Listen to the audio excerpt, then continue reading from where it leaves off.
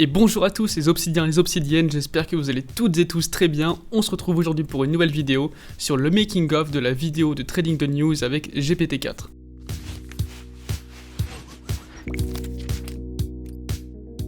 Aujourd'hui dans la vidéo, je vais tout vous expliquer.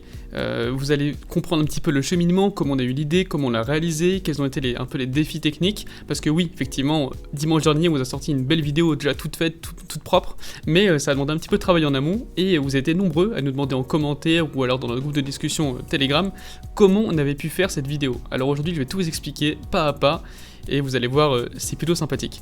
Bon alors avant tout, j'espère que vous avez vu cette vidéo. Si vous ne l'avez pas vue, allez la voir avant de regarder celle-ci, sinon vous n'allez pas forcément tout comprendre. Elle était vraiment très sympa, hein, c'est Benjamin à l'écran. Moi vous savez, je l'aide parfois à réaliser certaines de ses vidéos. Donc là, je vais pouvoir vous expliquer un petit peu ce qu'on a pu faire, étant donné qu'on a travaillé en coopération tous les deux. Donc allons-y, c'est parti. Comme vous le savez, GPT-4, c'est une intelligence artificielle qui permet de faire pas mal de choses, surtout à partir de texte. Prochainement, on pourra utiliser des images, mais actuellement voilà, on va dire qu'on se limite au texte. Le principe de GPT-4, c'est très simple, hein, on lui donne quelque chose en entrée, donc du texte en entrée, il doit nous répondre quelque chose. Donc ça peut être plein de choses, on peut lui demander de nous faire des recettes de cuisine, on peut lui demander de nous faire un programme sportif, et dans notre cas, on s'est dit tiens, comment on pourrait l'utiliser pour du trading. On avait sorti une première vidéo où on lui demandait tout simplement bêtement, si GPT-4, écris-nous une stratégie de trading, nous on va la tester. Alors il y avait des résultats pas très fous, mais Benjamin, avec son expertise, il avait été capable de ressortir un truc vraiment sympa. Et puis après, très vite, on s'est dit mais attends, nous ça fait des années qu'on a dans un coin de notre tête l'idée de faire une stratégie de trading basée sur les news. Vous savez, quand il y a des articles de presse ou alors des informations qui sortent, et très souvent ça influe sur le cours de la bourse, du bitcoin, de la crypto, des finances en général. Sauf que nous, depuis toutes ces années, on était quand même vachement occupés à faire plein d'autres choses, on peut pas être partout, donc on s'était concentré donc sur du trading algorithmique,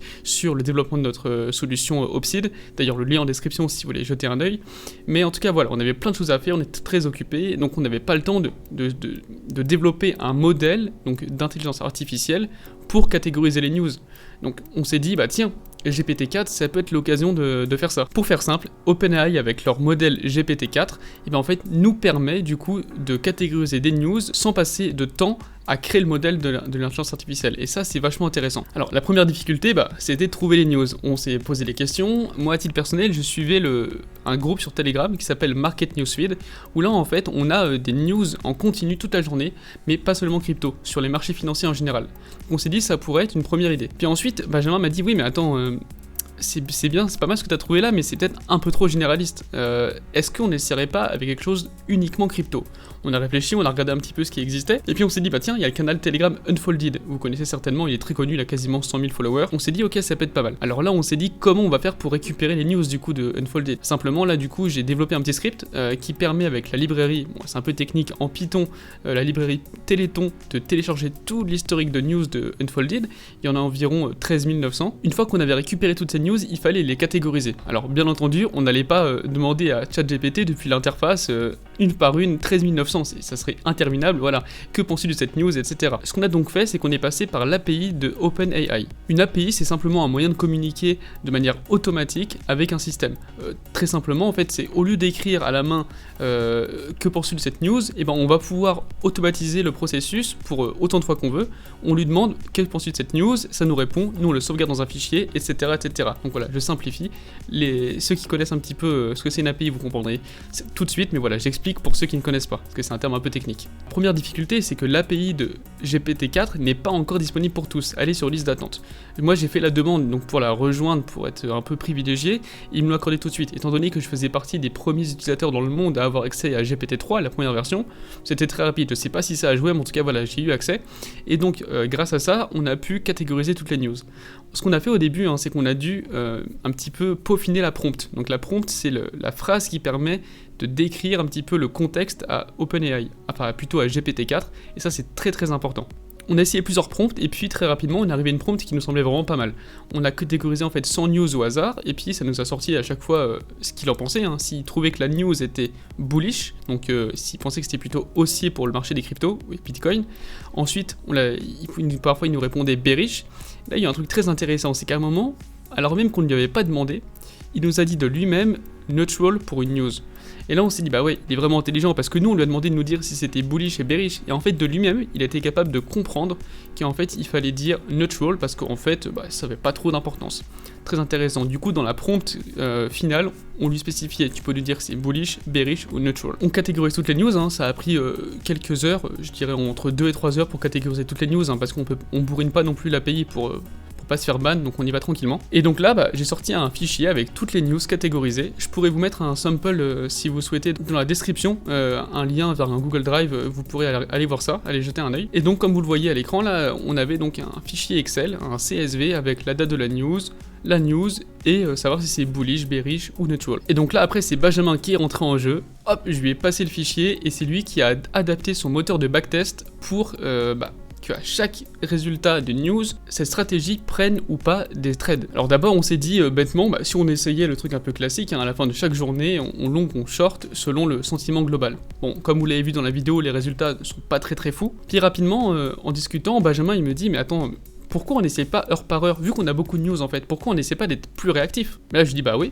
t'as carrément raison Benjamin, vas-y, on essaye. Et là, boum, résultat assez sensationnel, comme vous l'avez vu dans la vidéo, des résultats excellents, 4800% sur les dernières années. Et là on s'est dit en fait c'est encore mieux que ce qu'on pensait. Au début, on pensait simplement faire une expérience un peu fun avec GPT-4, un peu essayer de tester, voir ce que vaut l'outil, pour vous faire une vidéo sympa aussi par la même occasion. Puis là, on s'est dit, attends, on est tombé sur une vraie stratégie. Il y en a même qui nous ont dit, mais pourquoi vous partagez ça? Pourquoi vous partagez plutôt que de garder le code que pour vous? On s'est dit, non, nous, on est pour le partage, on aime bien un petit peu partager notre savoir. On sait que sur YouTube, vous êtes friands de ce genre de vidéos. Donc on s'est dit, non, on va le partager. Mais c'est vrai que, quelque part, c'est une question légitime, on aurait pu tout garder pour nous et puis jamais rien dire. Mais non, on est avec vous. Alors du coup, si vous aimez bien ce genre de contenu, n'hésitez pas à vous abonner, à mettre un petit like sur la vidéo, ça nous fera très plaisir. Et il était bien calé celui-là, je suis fier de moi là, et il était pas mal celui-là. Donc allez-y, likez. Enfin bref, donc tout ça pour dire que une fois qu'on avait les résultats, on sort le backtest, on sort la vidéo, tout ça. Et puis très rapidement on s'est dit comment on peut valider ça. Parce que là ça a l'air très propre, mais est-ce qu'il n'y aurait pas, je sais pas, un facteur qui aurait pu biaiser un petit peu les backtests? Donc ce qu'on est en train de faire actuellement, c'est qu'on est en train de récupérer des news un peu à gauche à droite. Voilà, on a récupéré un ensemble de news de 250 000 news sur les 5 dernières années. On va tester ça, on va voir les résultats de ça aussi. Et très rapidement, on pourra du coup vous faire part de ces résultats et éventuellement, pourquoi pas en fait, proposer cette stratégie sur notre service, donc que vous pouvez aller voir sur opsite.com, pareil le lien est dans la description. J'arrive au bout de cette histoire, c'était une vidéo simplement pour vous partager un petit peu le backstage, un peu vous montrer comment ça se passe quand on crée une vidéo, quand on crée une stratégie. Là, c'est une stratégie qui a été très rapide à créer au final. On récupère les news, on les catégorise, on les traite. Alors oui, ça demande un petit peu de connaissances techniques, à la fois pour récupérer les news, à la fois après pour les catégoriser, puis le moteur de backtest, mais au final c'était quand même assez simple comme stratégie par rapport à ce qu'on a déjà en stratégie en stock. Et donc c'est plutôt intéressant. En vrai, franchement, on était les premiers à être surpris. Je sais pas ce que vous en pensez. Dites-nous en commentaire si vous êtes surpris ou pas de ça, sachant que tous les commentaires, on vous lit, on vous répond, et puis c'est une source d'inspiration. Si vous avez d'autres idées de vidéos ou de stratégie trading qu'on pourrait tester, que ce soit avec GPT-4, GPT 3.5 ou alors simplement sans IA, dites-le nous, on se fera un plaisir d'exécuter ça. Et bien écoutez, c'est déjà la fin de cette vidéo, elle était plutôt rapide, j'espère qu'elle vous a plu. Moi en tout cas, ça m'a fait plaisir de vous partager un petit peu les dessous, un petit peu les backstage des stratégies. Donc n'hésitez pas à vous abonner, et puis on se retrouve très vite, ciao.